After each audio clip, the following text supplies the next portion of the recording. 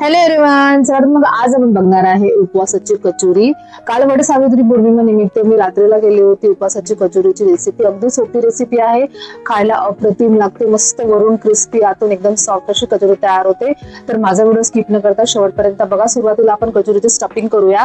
तर आपण एका पॅन मध्ये थोडंसं तेल घ्यायचं, त्यामध्ये आपण जिरं, हिरवी मिरची टाकायची आहे, छान परतून घ्यायची आहे. आपल्याला हिरवी मिरची शिजला गेली की त्यामध्ये आपल्याला किसलेलं ओल्या खोबऱ्याचं खिस टाकायचं आहे. आपल्याला कोरड्या खोबऱ्याचं नाही, ओल्या खोबऱ्याचं खिस घ्यायचं आहे. त्याला छानपैकी आपल्याला तेलामध्ये भाजून घ्यायचं आहे. नंतर त्यामध्ये आपण भाजलेलं शेंगदाण्याचं कूट घालायचं आहे.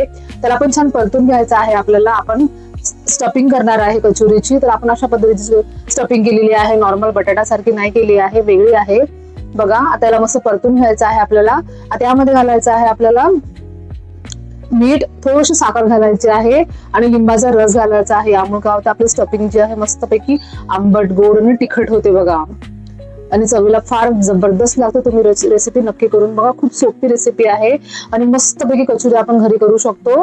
आता बघायला छानपैकी आपल्याला स्टफिंग तयार झालेली आहे, कलर पण चेंज झालेला आहे. आता आपण स्टफिंगला साईडला ठेवूया झाकून. आता एका मोठ्या भांड्यामध्ये आपल्याला भिजलेला साबुदाणा घ्यायचा आहे. मी पहाटेच भिजत घातला होता, म्हणजे तरी 12-1 वाजता दुपारी समजा.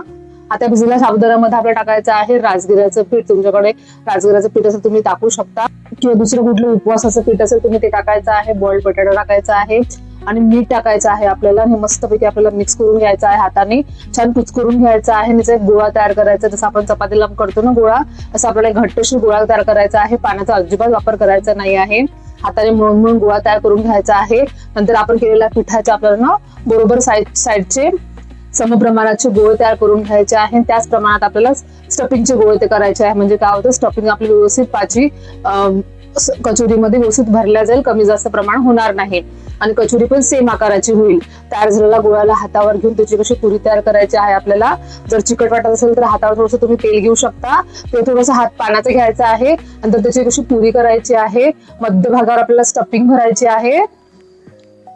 नंतर जसं आपण मोदकाला कसं सर्व एकत्र करतो, तसं आपण त्या पद्धतीने आपल्याला सर्व एकत्र करून घ्यायचं आहे आणि एक मस्तपैकी गोळा तयार करायचा आहे. काळजी घ्यायची आहे की तो गोळा आपला फुटला नाही पाहिजे. दाबून घ्यायचा आहे, एकदम सोयीस्कर आहे, सोपी आहे. जर असं कुठं फुटलं ना, आपण हे व्यवस्थित दाबून घेऊ शकतो बघा. नंतर असं गोळा तयार करायचा आहे ना, हातावरच आपल्याला छानपैकी त्याला दाबून त्याच्यावर कचोरी तयार करून घ्यायची आहे. परत एकदा करून दाखवते. एक पुरी घेऊन मध्यभागी स्टफिंग घेऊन मोदकासारखा त्याला तोंड बंद करायचं आहे आणि त्याला अशा हाताने आपल्याला कचोरी तयार करून घ्यायची आहे.